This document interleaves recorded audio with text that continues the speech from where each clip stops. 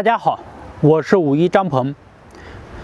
现在呢，天气是比较热的，当然雨水也比较大，很多在雨水多的南方呀，人的湿气越来越重。今天呢，我给大家讲的是去我们肺和心脏的这些湿气。我们大家都听说过风湿的心脏问题，包括肺如果长期的会出现咳嗽啊、咽炎等一些问题。今天的方法非常简单，就是拍打我们的肘窝。很多人呢跟着我学习，有的人每天早上起来跟着我一起拍打肘窝、拍打腋窝、拍打我们的腘窝，还有腹部沟的脾窝。坚持每天做49次呢，很多人的变化是非常大。这几个窝呢，就应该要让它有窝。你把你的肘窝伸出来，摸一摸，是不是很硬？有一些人呢，这里面有结节、条索状，我们一定要给它疏通开。好，也就是说，心肺有邪，沉于两肘。如果说嗓子不舒服或者胸闷气短的一些人，建议大家每天拍打肘窝49次左右，各做49次。你长期的坚持，你的收获一定是非常大非常大。下面呢，我为大家先讲解和示范。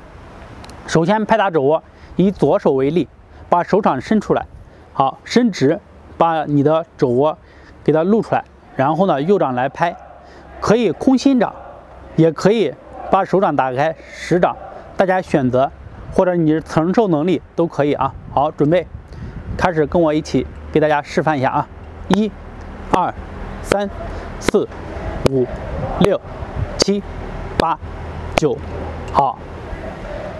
拍打肘窝呢，这个动作是非常简单。下面呢，我喊着口令，大家跟着我练习49次。也就是说，你看了这个视频，可以收藏或者转发给朋友来一起练习。好，开始，准备。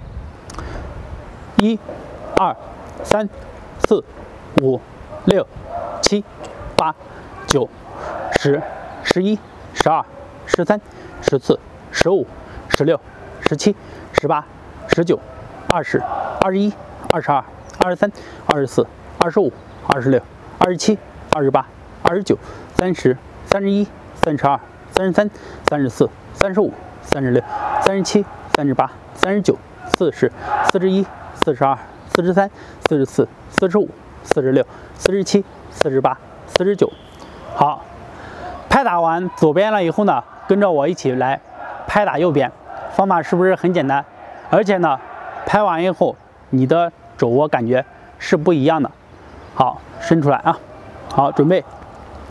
1、2、3、4、5、6、7、8、9、10、11、12、13、14、15、16、17、18、19、20、21、22、23、24、25、26、27、28、29、30、31、32、33、34、35、36、37、38、39、40、41、42、43、44、45、46、47、48、49。